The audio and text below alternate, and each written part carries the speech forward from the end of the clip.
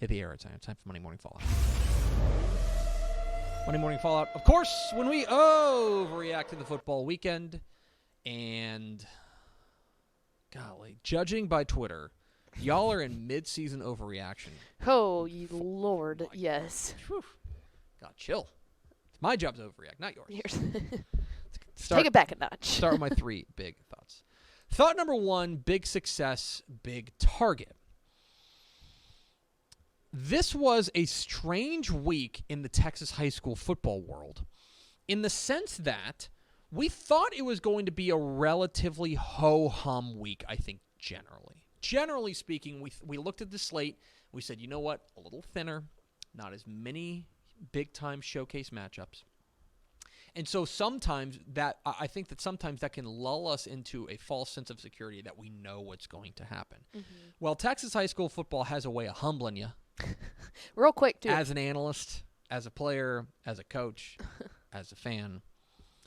And so we had this flurry of really interesting results in the sense that you had big-time legacy programs, teams with a ton of pedigree, teams that are perennially at the very top of the rankings,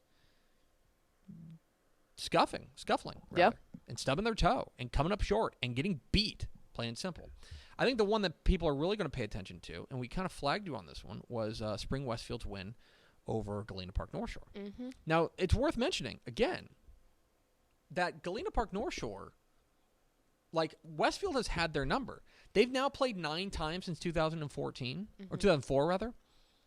And Westfield's won 6 of them. Yeah, I don't think anybody realized that until this weekend.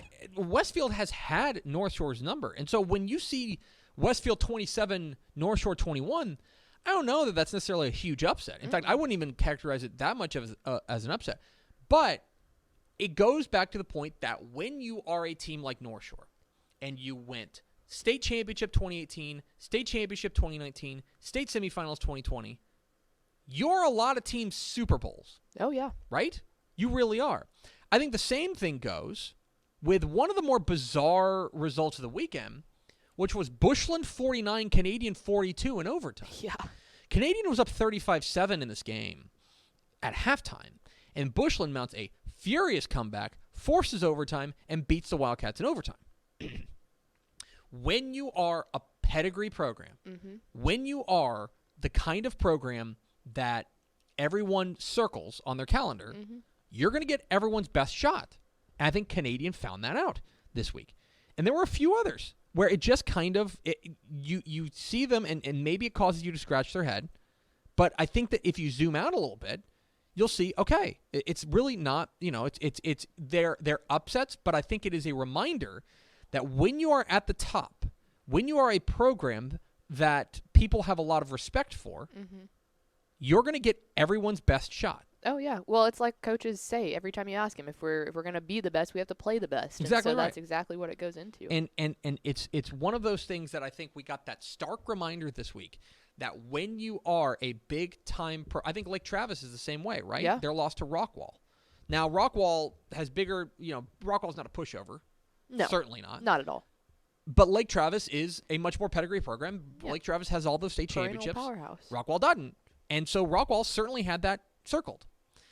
And I think it's just a reminder that when you are a big-time program like this, you got to be ready week in and week out because you're going to get everyone's best shot.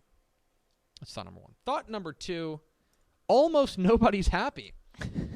I can't remember a week in college football like this.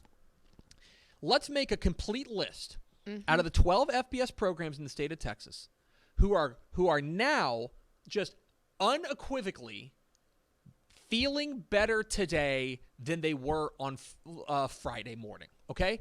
Here's the list. Ready? Baylor, who drilled Texas Southern, unsurprisingly, right? And UTSA, who drilled Lamar, unsurprisingly. Yeah.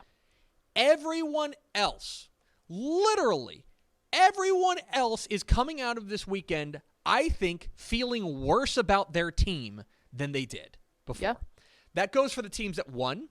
SMU, who I think scuffled a little bit against North Texas. Yeah, that right? game, the score did not indicate what that game That really game was was- for SMU. That game was really, tight, and if Seth Luttrell doesn't decide to kick 2 field goals within the SMU 6, this game maybe gets away from them. Seth. You might be able to throw I think Houston in the mix for a happier team. Houston, okay, I'm sorry. That's correct. Houston definitely feels better. Better, yeah. You're 100% right. Houston does. Even teams that won, A&M. A&M's a perfect example of this. Does not where feel good. A&M improves to 2-0. They go on the road to Denver and beat Colorado, but at what cost? Haynes King is now out until at least mid-October with a fractured ankle. Zach Calzada came in and, I mean, let's be honest, up until the very, very end, looked like a deer in headlights. And they only scored 10 points. They end up winning 10-7, and ugly wins are better than pretty losses. Right. But does A&M feel better now than they did, 72 hours ago? I don't think so. Texas, of course, does not. Texas went and stank up the joint in Fayetteville, and That was all just of that embarrassing. goodwill that got built up after week 1, after beating a good Louisiana team, gone. Right? Texas Tech. Again, ugly wins are better than pretty losses, but woo, SFA but almost Stephen had their F. number. Austin's throwing into the end zone in the final minute to win the game. TCU, who farted around, gave up 3 huge pass plays in the first quarter to Cal, who can't throw the ball. That first half was a wet fart. And It was awful. ends up winning that game 35-33. Basically because Cal, I think, missed a couple of extra points or had one blocked. What I'm saying is, this is a rare weekend where, I feel like nobody had fun. Like UTSA fans, Houston fans, and Baylor fans. Those are the only 3 programs that feel like they had a fun weekend, right? Everyone else is feeling miserable, or at least more miserable than they were 72 hours ago. And thought number 3, the worst amount of data. And I think this cuts across both high school and college. We are now 3 weeks into the Texas high school football season. We're now 2 weeks in, or for the sake of UTEP, 3 games in, to the college football season.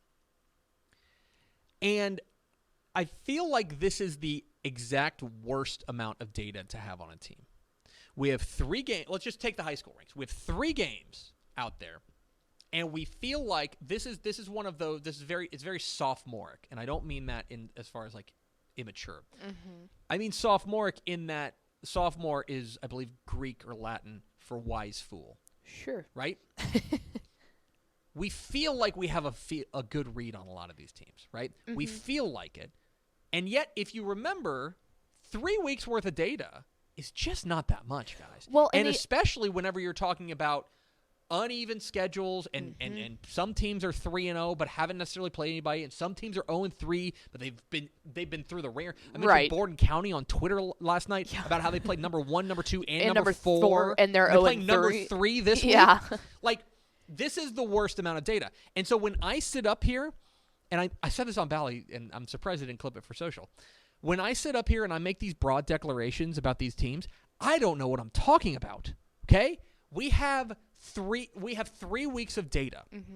That is not enough to make any broad declaration. I feel like it's so hard with we talked about it last week, but the stretch of regional games that we're playing right now makes it very difficult to take some of those numbers in for teams that schedule way out of town and have a way harder schedule and then have a cakewalk through the district play. So all I'm saying is it's okay for us. It's okay to adjust your expectations.